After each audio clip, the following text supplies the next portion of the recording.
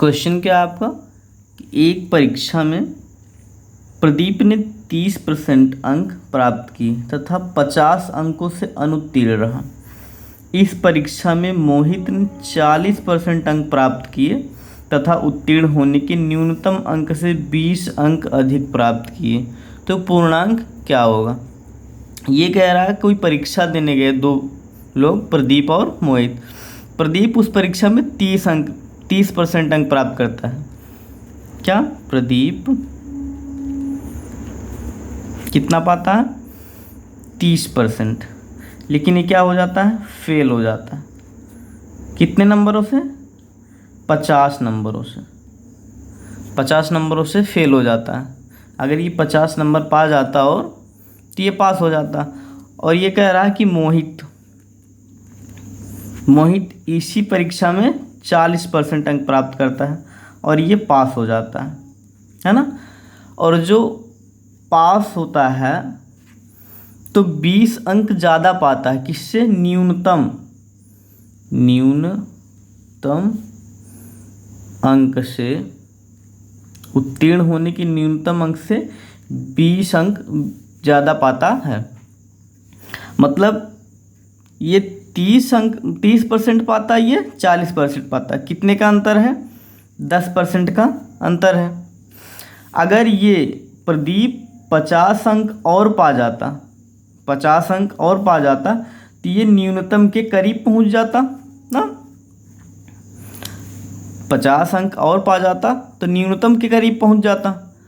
तो ये 50 और न्यूनतम अंक जो था उससे 20 अंक ज़्यादा कौन पाता है, मोहित।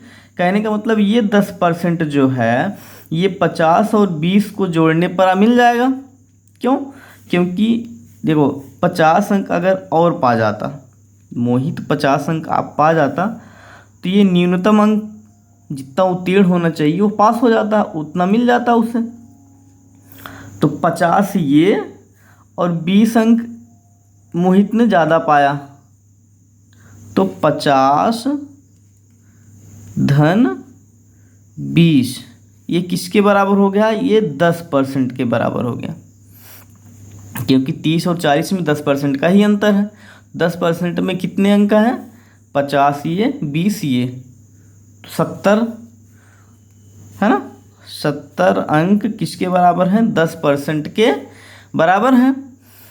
तो मान लीजिए x का 10% कितना होगा, 70।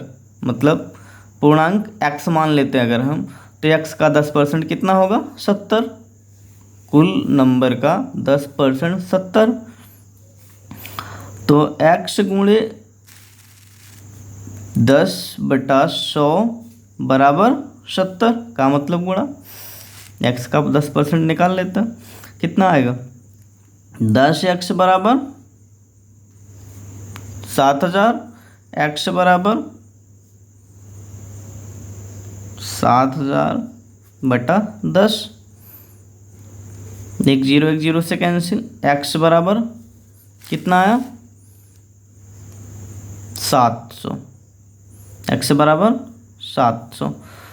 तो x क्या हो गया, हमारा पूर्णांक हो गया। पूर्णांक कितना हो गया, पूर्णांक आपका आ गया 700 नंबर। 700 नंबर, यही आपका आंसर हो गया।